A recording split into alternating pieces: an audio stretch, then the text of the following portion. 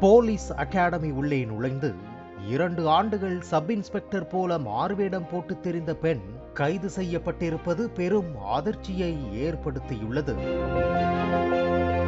ராஜஸ்தான் மாநிலம் நாகூர் மாவட்டத்தில் உள்ள நிம்பாகே பாஸ் கிராமத்தைச் சேர்ந்தவர் மோனா புகாலியா என்ற மூலி தேவி. இவரது தந்தை ஒரு லாரி ஓட்டுநர்.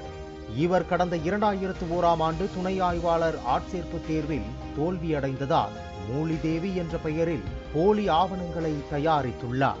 சமூக ஊடகங்களில் தான் ஒரு சப் இன்ஸ்பெக்டர் என பதிவு செய்து வலம் வந்துள்ளார்.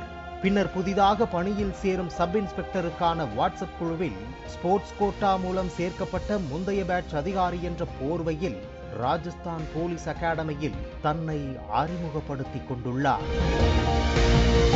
தொடர்ந்து 2 ஆண்டுகள் போலீஸ் சீருடையில் ராஜஸ்தான் போலீஸ் அகாடமியின் அணிவகுப்பு மைதானத்தில் வலம் வந்துள்ளார்.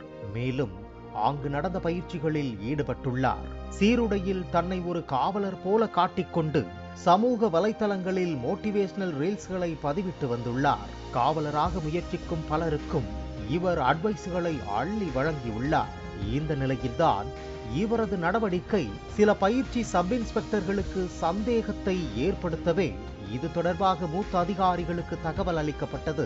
இதற்கிடையே மூலி தங்கியிருந்த அறையை காவல்துறையினர் சோதனையிட்ட போது 7 லட்சம் பணம், 3 சீருடைகள், ராஜஸ்தான் போலீஸ் அகாடமி தேர்வு தாள்கள், போலி அடையாள அட்டை மற்றும் போலி ஆவணங்களை கண்டெடுத்துள்ளனர்.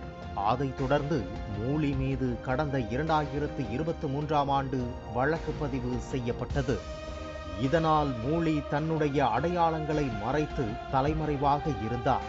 இந்த நிலையில் தனிப்படை அமைத்து போலீசார் அவரை தேடி வந்த நிலையில் கடந்த வாரம் அவர் கைது செய்யப்பட்டுள்ளார்.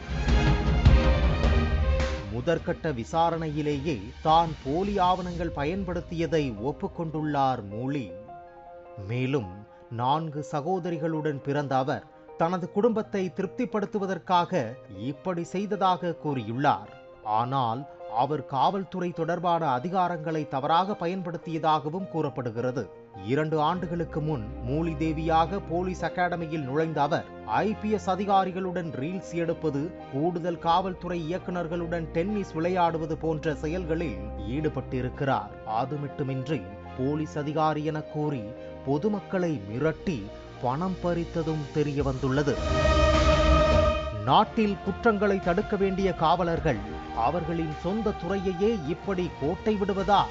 இது வெறும் குறைபாடு மட்டுமல்ல, நிறுவன சிதைவின் வெளிப்பாடு என சமூக செயற்பாட்டாளர்கள் விமர்சித்துள்ளனர். பிளே ஸ்டோர் மற்றும் ஆப் ஸ்டோரில் இருந்து பாலிமர் செயலியை QR கோடு மூலம் பதிவிறக்கம் செய்யுங்கள். செய்திகளை உடனுக்குடன் பெறுங்கள்.